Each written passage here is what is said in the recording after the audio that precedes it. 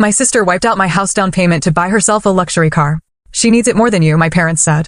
You can always save up again. I just smiled and called the bank. What they didn't know, that account was directly linked to there. This isn't just a story about losing $49,000. It's about a betrayal so deep it shattered my perception of family, forcing me to reclaim my life from the people who were supposed to protect me.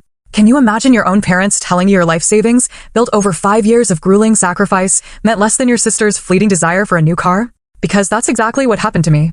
Hi, I'm Abigail, 28 years old, and until last month, I had nearly $50,000 saved for my dream home.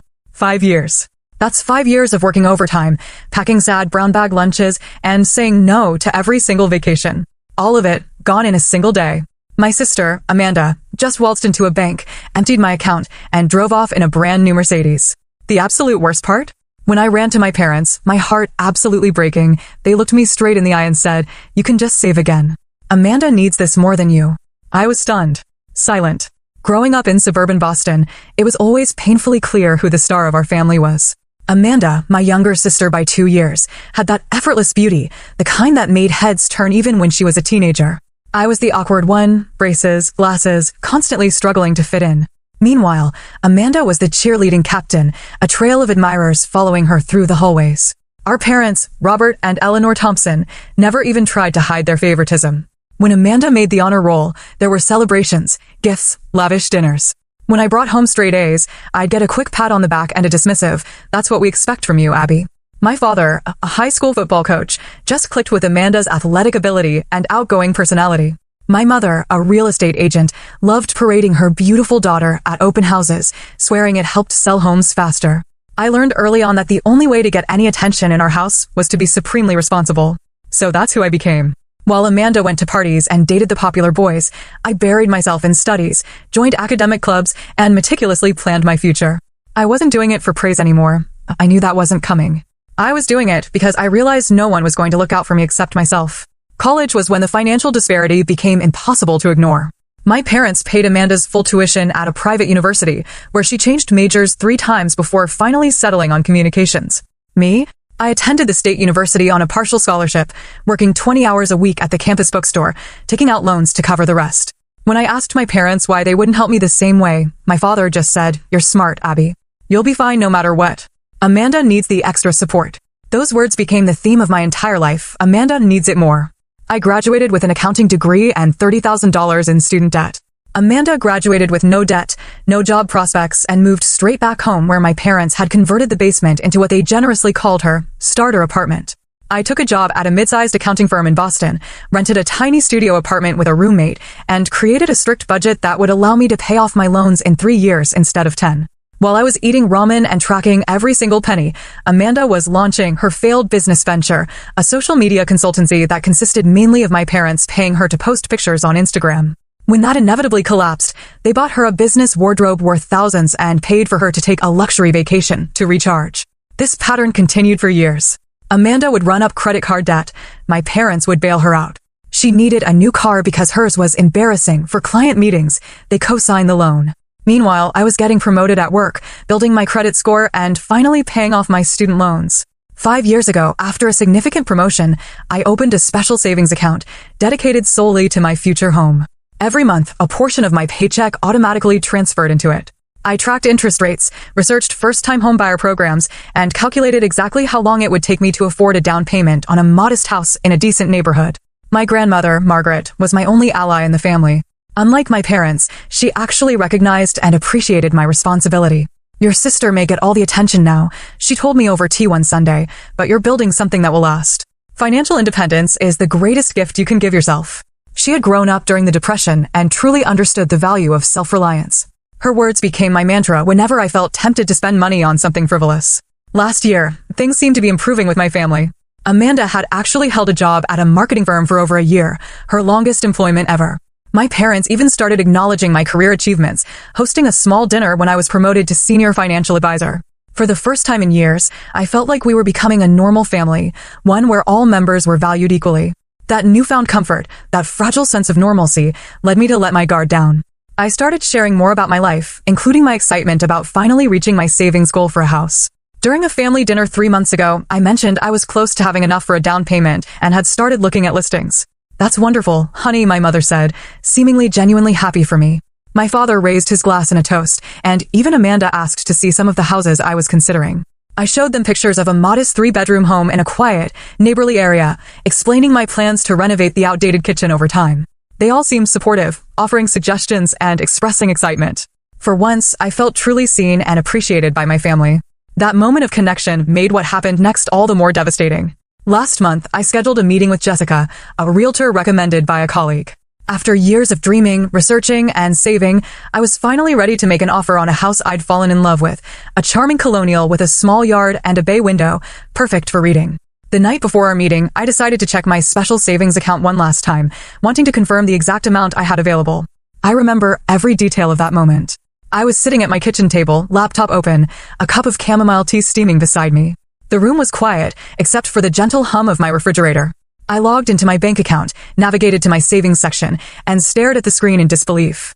Where there should have been $49,872.33, the sum of 5 years of discipline and saving, there was $1,742. My first thought was that I had somehow logged into the wrong account. I logged out and back in. Same number. I checked my other accounts, thinking perhaps I had transferred the money and forgotten. Nothing. My heart began racing, and my hands shook as I dialed the bank's customer service number. I need to report unauthorized activity on my account, I told the representative, my voice trembling. Almost $50,000 is missing. The representative put me on hold to investigate. Those minutes felt like hours as I paced my small apartment, panic rising in my throat. When she returned, her response only confused me more. Miss Thompson, I'm showing a withdrawal of $49,800 made 2 days ago at our downtown branch. It appears to be an authorized transaction. The withdrawal slip has your signature on it. That's impossible, I insisted. I haven't been to that branch in months, and I certainly didn't withdraw that money. After answering security questions and confirming my identity, the representative agreed to escalate the issue to the fraud department.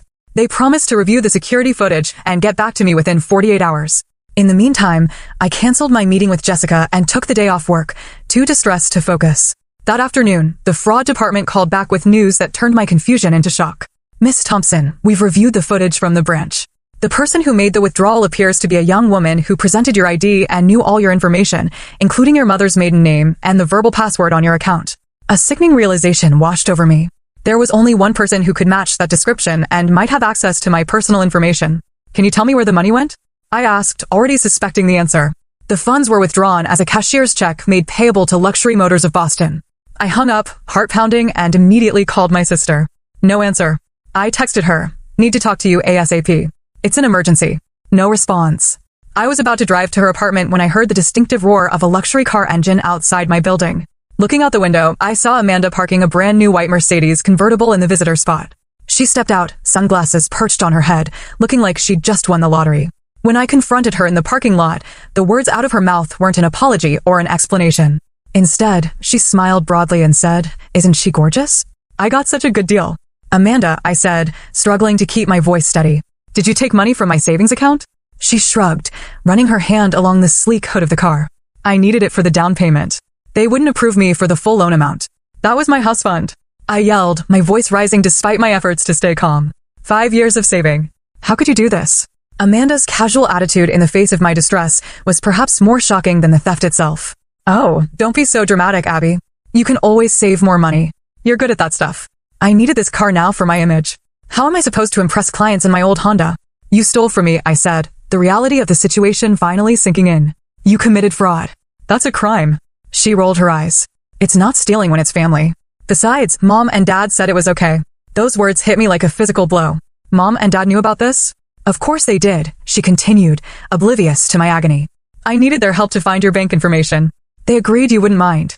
You've always been the financially responsible one, right? That's your whole thing."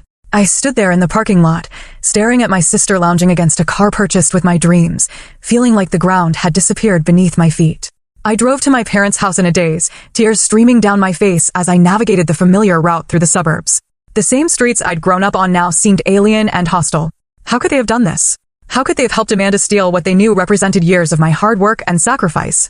Our family home, a comfortable 2-story colonial with blue shutters and a wraparound porch, had always been a place of mixed emotions for me. Today, as I pulled into the driveway behind my father's Cadillac, it felt like I was walking into an ambush. It was Sunday afternoon, and as expected, both my parents were home. Mom was in the kitchen, preparing their traditional Sunday roast, and Dad was watching golf in the living room. The familiar smell of pot roast and rosemary potatoes filled the air, a scent that had once meant comfort, but now made my stomach churn. "Abby, what a nice surprise," my mother said as I walked in, wiping her hands on her apron. Her smile faded when she saw my tear-stained face. "Honey, what's wrong?" My father muted the TV and joined us in the kitchen. "You look upset, kiddo. What happened?" Their concern seemed so genuine that for a fleeting moment, I wondered if Amanda had lied about their involvement. Maybe they didn't know. Maybe this was all her doing, and they would be as outraged as I was. "Amanda emptied my house savings account," I said, watching their faces carefully. "She took nearly $50,000 and bought herself a Mercedes." The brief exchange of glances between them confirmed everything. They knew. What's more, the complete lack of shock or outrage told me Amanda had been telling the truth. They had helped her. "Now, Abby," my father began, his voice taking on the placating tone he used when he thought I was overreacting. "I know you're upset, but try to see the bigger picture here." "The bigger picture?" I repeated, incredulous. "Dad, she stole from me. She committed fraud. She took 5 years of my savings." My mother stepped forward, placing a hand on my arm that I immediately shook off. "Sweetie, Amanda is going through a really rough time right now. After her breakup with Tyler, she's been struggling with her self-esteem. This car is giving her the confidence boost she desperately needs." I couldn't believe what I was hearing. So, her confidence is worth more than my dreams? My hard work? My trust? "It's not like that," my father said, frowning. "Amanda needs this car for her career. How is she supposed to meet with high-profile clients driving that old Honda? This is an investment in her future." "And what about my future?" I asked, my voice breaking. "I was going to buy a house. I had an appointment with a realtor. I've been saving for 5 years." "You've always been good with money, Abby," my mother said, as if that justified everything. "You can save it again. You have a stable job, no debt. Amanda is still finding her way." "Finding her way?" "She's 26 years old. When does she become responsible for herself?" My father's expression hardened. "That's enough, Abigail. Your sister needed help, and we, as a family, stepped up. You've always been the successful one. Would it kill you to make a sacrifice for once?" The injustice of his words struck me speechless. Make a sacrifice? What did he think I'd been doing my entire life? The front door opened and Amanda walked in, car keys dangling from her fingers. She'd changed into designer sunglasses and a new outfit that probably cost more than a month of my mortgage savings. "Oh, good. You're all here," she said, seemingly oblivious to the tension. "Mom, can you help me set up the insurance for the new car? The dealer said I need to do it by tomorrow." I stared at her in disbelief. "Are you serious right now? You steal my money and then waltz in here asking for more help." Amanda rolled her eyes. "God, are you still upset about that? I told you, you can save it again. You had no right to take my money," I shouted, finally losing my composure. "Abigail, lower your voice," my mother scolded. "The neighbors will hear you." "I don't care who hears me. I want my money back, Amanda. All of it." "No." Amanda laughed. "Well, that's not going to happen. The car is already registered in my name. Besides, Mom and Dad agree I needed it more than you need some house." I turned to my parents, hoping against hope that they would correct her, that they would take my side just this once. Instead, my father put his arm around Amanda's shoulders protectively. "Abby, you're being selfish," he said. "Family helps family. Your sister needed this, and you have the means to recover. Why are you making such a big deal out of it?" "Because it's theft." I cried. "Because it's my money that I worked for. Because you've always favored her, and this time you've gone too far." "That's ridiculous," my mother snapped. "We've never played favorites." Amanda smirked. "Maybe they just love me more because I'm not obsessed with money and material things like you are, Abby." The irony of her statement, as she stood there draped in expensive clothes, keys to a luxury car in hand, all purchased with my stolen money, was apparently lost on everyone but me. "I can't believe this is happening," I said, my voice dropping to a whisper. "I can't believe my own family would do this to me." "Oh, stop being so dramatic," Amanda said. "It's just money." "Just money?" "Just 5 years of sacrifices. Just the dream I'd been working towards since college. Just my trust and faith in my family, shattered beyond repair." I looked at the three of them standing together, a united front against me, as it had always been, and realized there was nothing more to say.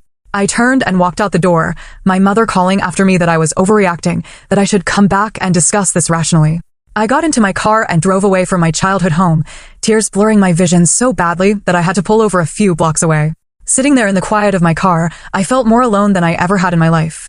As I sat in my car, struggling to breathe through my tears, a memory surfaced of my grandmother, Margaret, sitting with me on her porch swing when I was 16.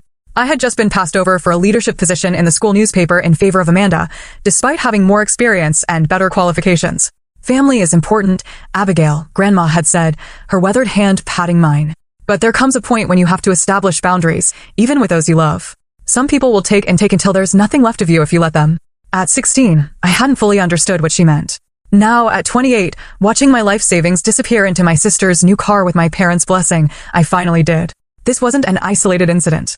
This was a pattern that had been playing out my entire life. When I was 18, my parents had promised to help with my college tuition. 2 months before my semester, they apologetically explained that they'd use the money to fund Amanda's European backpacking trip because she needed to find herself before college.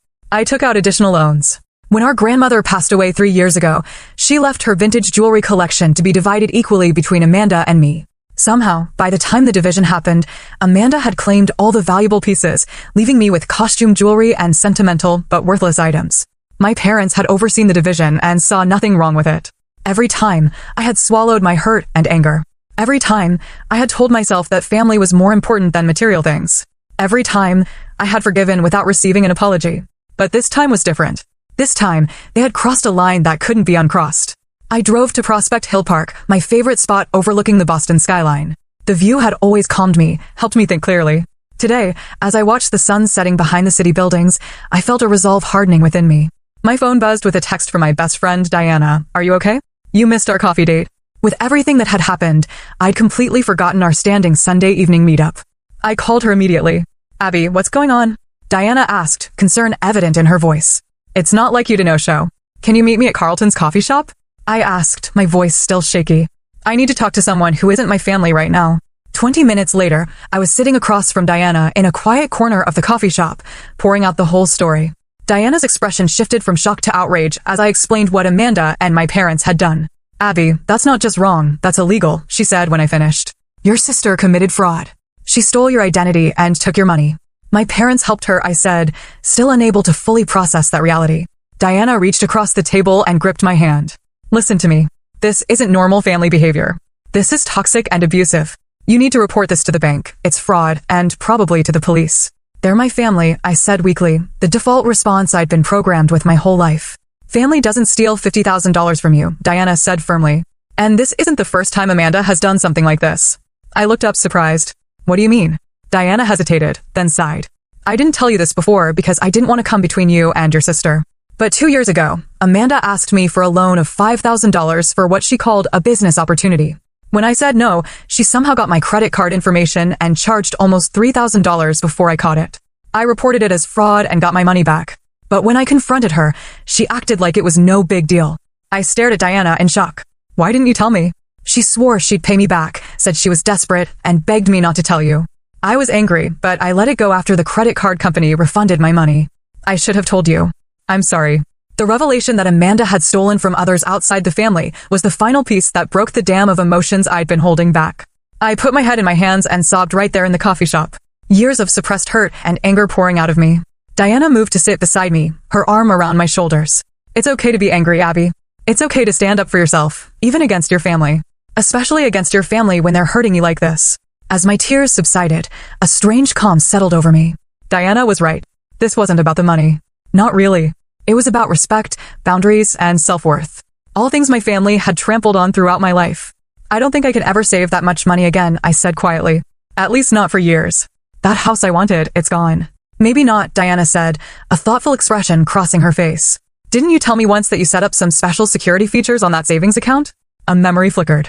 When I'd opened the dedicated house savings account, I'd been worried about online security. The bank manager had suggested adding an extra layer of protection, a unique verification code that would be required for large withdrawals, different from my usual banking password. The verification code, I whispered, hope stirring faintly. Amanda couldn't have known that. She must have somehow bypassed it or lied about having it, Diana finished. Abby, I think you need to talk to that bank manager again and maybe a lawyer. For the first time since discovering the theft, I felt a glimmer of possibility. If Amanda had circumvented the security measures, that strengthened the case that this was deliberate fraud, not a family misunderstanding as they were trying to frame it. I'll go to the bank first thing tomorrow, I decided, straightening my shoulders. Diana nodded approvingly. And I'm coming with you. It's time you had someone in your corner for a change. As we left the coffee shop, I realized I was standing at a crossroads. Down one path lay the familiar pattern of forgiveness without accountability, of sacrifice without recognition. Down the other lay the unknown territory of standing up for myself, of potentially burning bridges with my family. Grandmother Margaret's words echoed in my mind. Financial independence is the greatest gift you can give yourself. She had been wrong about one thing, though.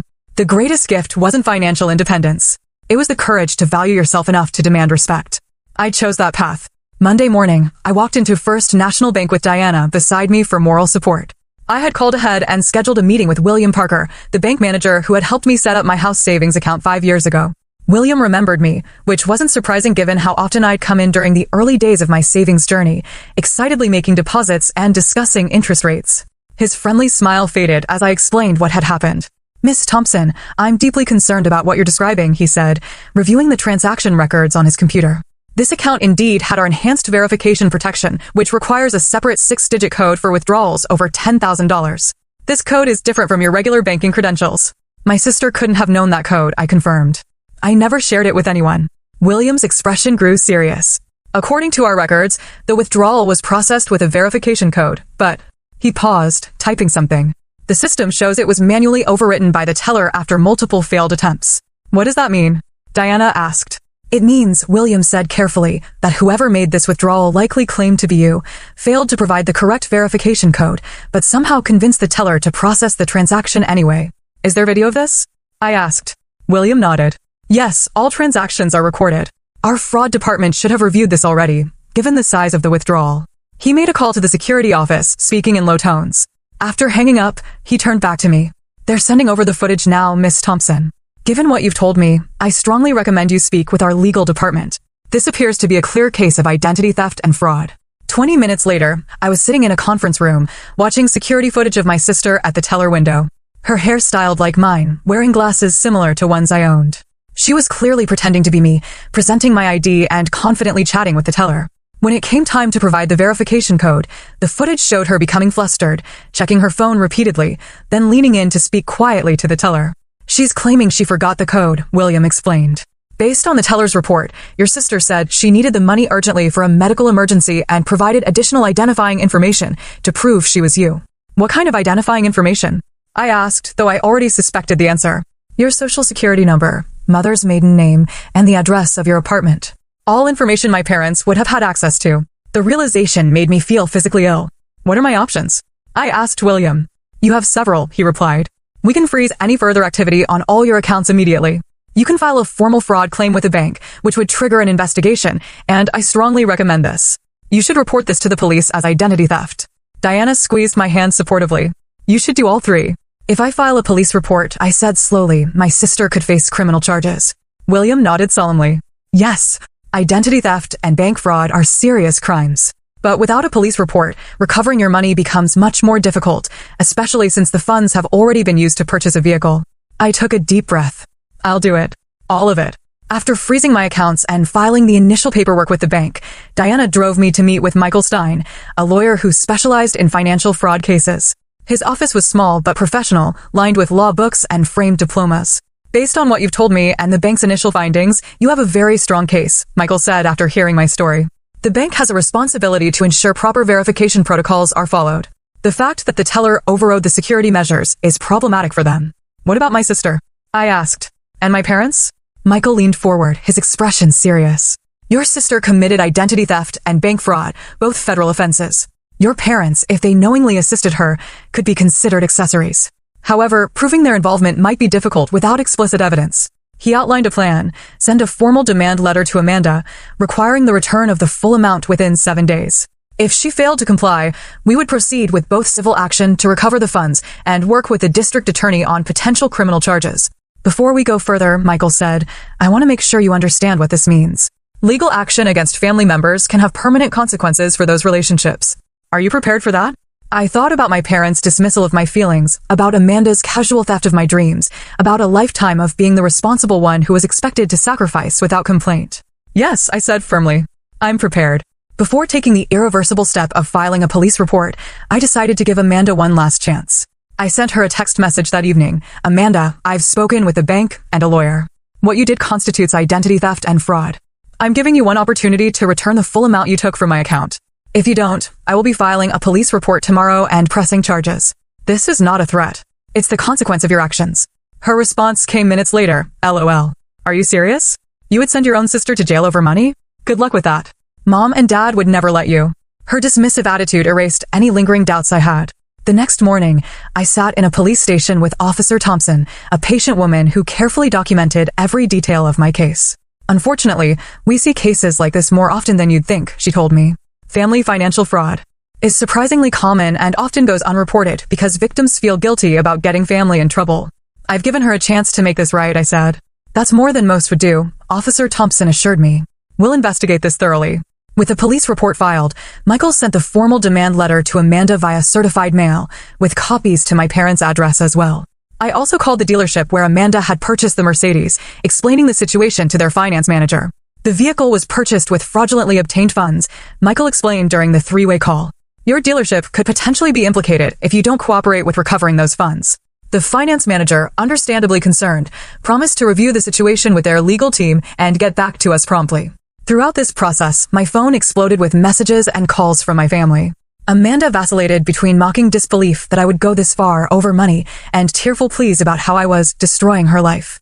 My mother left voicemails alternating between guilt trips and threats. My father's messages were simply angry, calling me selfish and vindictive. I stopped reading them after a while, handing my phone to Diana, who filtered out anything important from the barrage of family manipulation. The emotional toll was immense. Despite knowing I was doing the right thing, years of conditioning made me question myself. Was I overreacting? Was I being selfish? Should I just let it go to keep the peace? Diana and my coworker Sarah became my support system, reminding me of the reality when family gaslighting made me doubt myself. Sarah, who had experienced similar family dynamics, introduced me to a therapist specializing in family trauma. What your family did wasn't just financially abusive, Abigail, Dr. Winters told me during our session. It was the culmination of a lifetime of emotional manipulation and scapegoating. Your reaction isn't just about the money. It's about finally saying enough to the entire dynamic. 3 days after the certified letters were delivered, the dealership called. After consulting with their legal department, they had decided to cooperate fully with the investigation. They provided documentation showing that Amanda had used a cashier's check from my bank to make a down payment of $49,800 on the Mercedes, financing the remainder. That same day, the bank's fraud investigation concluded that proper verification protocols had not been followed. They acknowledged liability and agreed to restore the full amount to a new account while the case against Amanda proceeded. It felt like a ray of light in a very dark tunnel. The bank's decision to restore my funds was a major victory, but it was just the beginning of the fallout from my decision to stand up for myself. Amanda was served with legal papers at her workplace, a detail I hadn't specified, but that the process server had deemed appropriate given her avoidance of her home address. She called me screaming the moment the server left, her voice so shrill I had to hold the phone away from my ear. How could you humiliate me like this in front of my entire office? Everyone saw. I could get fired. You committed fraud, Amanda, I replied calmly. These are the consequences of your actions. It's family money, she yelled. You're being ridiculous. No, it was my money that I earned and saved, and now you have a chance to make this right before things get worse. She hung up on me. Minutes later, my mother called. Abigail Catherine Thompson, she began, using my full name as she always did when she was furious. I have never been so disappointed in you. Your sister is absolutely devastated. How could you send someone to her workplace? Do you have any idea what you've done to this family? I didn't choose where they served her, Mom. And yes, I know exactly what I'm doing. I'm finally standing up for myself after a lifetime of being taken advantage of. That is the most selfish thing I've ever heard. Family helps family, Abigail. Your sister made a mistake, but to go to these lengths over money, to involve lawyers and police. What will people think? I don't care what people think anymore. I care about what's right. My father's call was even worse. He didn't yell like Mom and Amanda. Instead, his voice was cold and cutting. You've always been jealous of your sister, he said. But I never thought you'd stoop this low to hurt her. If you go through with this, you're no longer welcome in this family. His words hurt more than I wanted to admit, but I held firm. I'm sorry you feel that way, Dad. I love you, but I won't let anyone steal from me, not even family. The situation escalated when other relatives began taking sides. My Aunt Patricia, my mother's sister, called to lecture me about forgiveness and family loyalty. My Uncle James, my father's brother, surprised me by offering his support. Your parents have always let Amanda get away with murder, he said gruffly. About time someone held her accountable. The legal pressure, combined with the dealership's cooperation, finally forced Amanda's hand. 2 weeks after I filed the police report, she was required to return to the dealership to sign paperwork returning the car. The transaction had to be supervised by a police officer due to the fraud investigation. I wasn't required to be there, but Michael advised that my presence might help ensure everything proceeded as agreed. So I stood silently in the dealership's office as Amanda, looking nothing like the confident woman who had flaunted her new car in my face, sullenly signed the documents. She glanced up at me once, her eyes red from crying. Are you happy now? She asked. You've ruined everything. This was your choice, Amanda, I replied quietly. You could have asked for a loan. You could have been honest. Instead, you stole from me. It wasn't stealing, she insisted, her voice breaking. It was just a misunderstanding. I was going to pay you back eventually. With what money? I asked. You've never kept a job for more than a year. You've never saved more than $1,000 at once. How are you planning to pay back $50,000? She had no answer for that. As Amanda left with our parents, who had come to pick her up, my mother couldn't resist one final dig. I hope you're satisfied, Abigail. Your sister has nothing now because of you. I watched them drive away in my father's Cadillac, Amanda in the back seat like a child being picked up from school. My mother's words echoed in my mind. Your sister has nothing now because of you. No, I thought. Amanda has nothing because of her own choices, and she still has more than most. Parents who would drop everything to rescue her, who would defend her even when she was clearly wrong, who would give her a place to live and support her financially without question. What did I have? A restored bank account, yes, but also a family that might never speak to me again. That thought weighed heavily as I drove home alone. Had I made the right choice? Would the rupture in my family ever heal? My phone rang as I pulled into my apartment complex. It was a number I didn't recognize. Hesitantly, I answered. Abigail, it's Grandma Margaret's friend Elaine. I hope you don't mind me calling. Your grandmother gave me your number years ago in case of emergency. Is everything okay? I asked, immediately concerned. Yes, dear. But I heard from the family grapevine what's been happening. Margaret would have been proud of you, you know. She dealt with similar issues with her own sister back in the day. I sat in my car stunned. She did? Oh, yes. Her sister once took their father's savings bonds that were meant to be split between them. Margaret was the only one who stood up to her. The family was furious with her at the time, but years later, they all admitted she'd been right. Tears welled in my eyes. I didn't know that. She never liked to talk about it. But she told me once that standing up to her sister was the hardest and best thing she ever did. It changed their whole relationship for the better eventually. That conversation was a lifeline. During the difficult weeks that followed, my parents maintained their freeze-out, refusing to speak to me through texts or calls. Extended family gatherings became awkward affairs, with people choosing sides and speaking in whispers when I entered a room. Amanda, faced with the bank's evidence and the threat of criminal prosecution, eventually signed a settlement agreement to repay the additional costs I'd incurred, legal fees, lost interest, and the emotional distress compensation Michael had insisted on including. She would make payments over 5 years, secured by a formal judgment that would affect her credit if she defaulted. The hardest moment came when I received a text from my mother. We're having Thanksgiving dinner at 3 p.m. Amanda will be there. Please don't come if you're still insisting on this ridiculous lawsuit. We want a peaceful holiday. It was the first major family holiday I would miss in my entire life. Despite everything, the exclusion stung deeply. Diana invited me to her family's Thanksgiving instead. My mom already loves you from all my stories, she insisted. And my brother is dying to meet the badass who stood up to her embezzling sister. I accepted, grateful but still nursing the wound of being ousted from my own family table. 6 months passed. Spring arrived, bringing with it not just new flowers, but new beginnings in my life as well. I stood in the kitchen of my new home. Not the original house I'd planned to buy, but one I'd found and fallen in love with during my renewed house hunt. It was smaller than my original dream home, a 2-bedroom bungalow with a tiny backyard, but it was mine. The settlement with a bank had restored my full savings, and with Amanda's restitution payment, I'd had enough for the down payment and closing costs. As I unpacked dishes into my cabinets, I reflected on how much had changed since that devastating day when I discovered my savings gone. The most surprising change had been in Amanda. The consequence of her actions, nearly facing criminal charges, losing her job when the story got around her office, having to move back with our parents, had forced her to confront her behavior in ways nothing else ever had. 2 months after returning the car, she had called me, asking if we could meet. I'd suggested a public place, still not entirely trusting her motives. We sat in a coffee shop, an uncomfortable silence stretching between us until she finally spoke. I've been taking these financial management classes, she said, staring into her coffee. It's part of the settlement agreement, but they're actually helping. I never realized how messed up my thinking was about money. I'd stayed silent, waiting for her to continue. The counselor says I've been using spending as a way to feel better about myself and that I've been enabled by mom and dad my whole life. She looked up at me then, really looked at me, perhaps for the first time. And that I've been unfair to you. It wasn't quite an apology, but it was more self-awareness than I'd ever heard from her. I'm working at a call center now, she continued. It's not glamorous, but it's steady. I've got a roommate, and I'm sticking to a budget for the first time ever. By our second meeting, she had finally offered a genuine apology. I'm sorry, Abby. What I did was wrong. Really wrong. I can't undo it, but I'm trying to be better. Our relationship was far from healed, but it was a start. My parents had taken longer to come around.